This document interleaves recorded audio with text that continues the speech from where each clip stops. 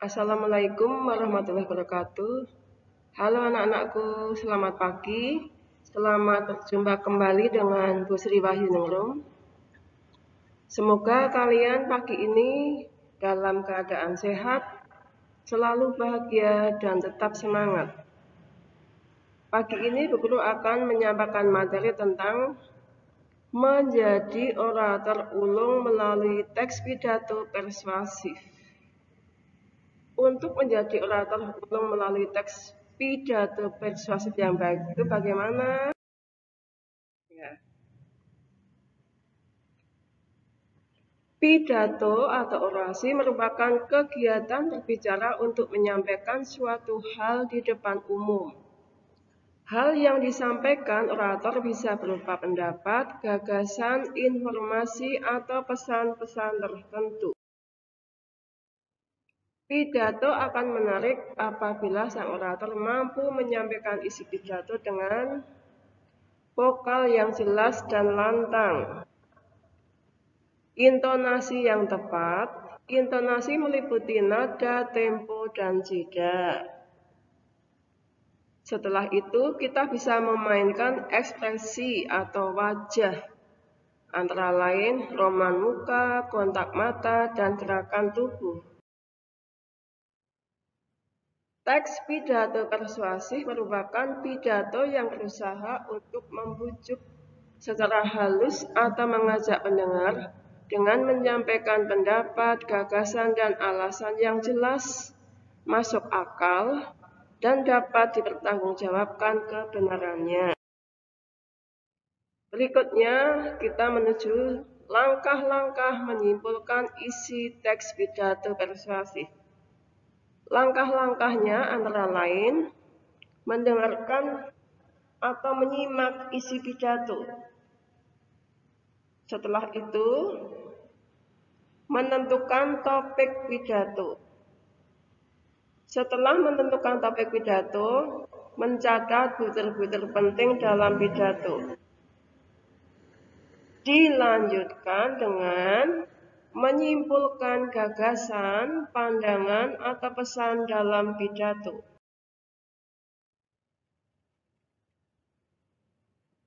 Berikutnya kita bahas tentang hal-hal yang diperhatikan dalam menyimpulkan gagasan, pandangan, atau pesan pidato.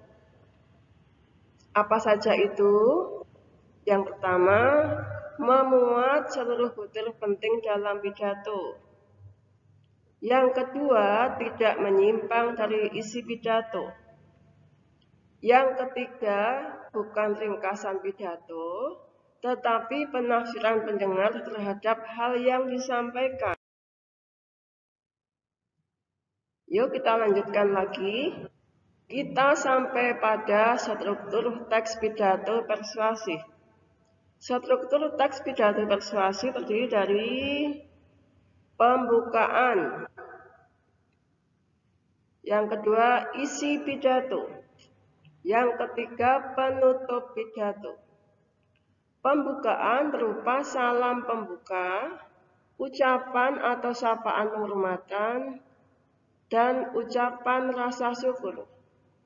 Isi pidato antara lain berupa penjelasan mengenai pendapat, gagasan, alasan, atau pesan yang ingin disampaikan. Penutup pidato berupa harapan agar gagasan dan pesan yang disampaikan bermanfaat. Diikuti permohonan maaf, ucapan terima kasih, dilanjutkan salam penutup.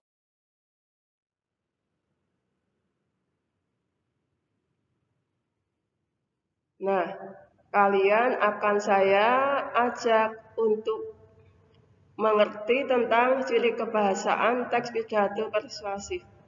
Apa sih ciri kebahasaan teks pidato persuasif itu?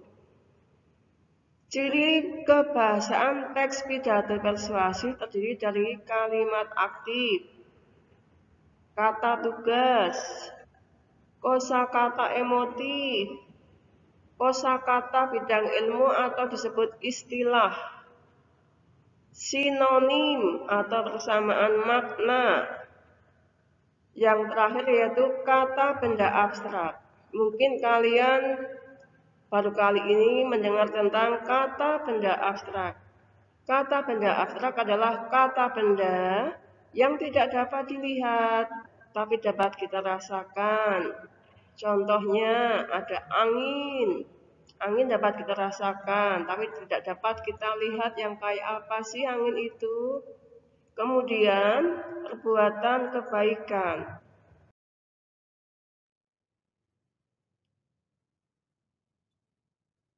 Selanjutnya kita menuju ke langkah-langkah menyusun teks pidato persuasi. Apa saja langkah-langkahnya? Yang pertama, memilih dan menentukan topik. Yang kedua, menentukan tujuan pidato persuasif. Yang ketiga, mengumpulkan data untuk mendukung argumen atau alasan. Yang keempat, menyusun kerangka pidato. Dilanjutkan pembahasan dengan mengembangkan kerangka pidato.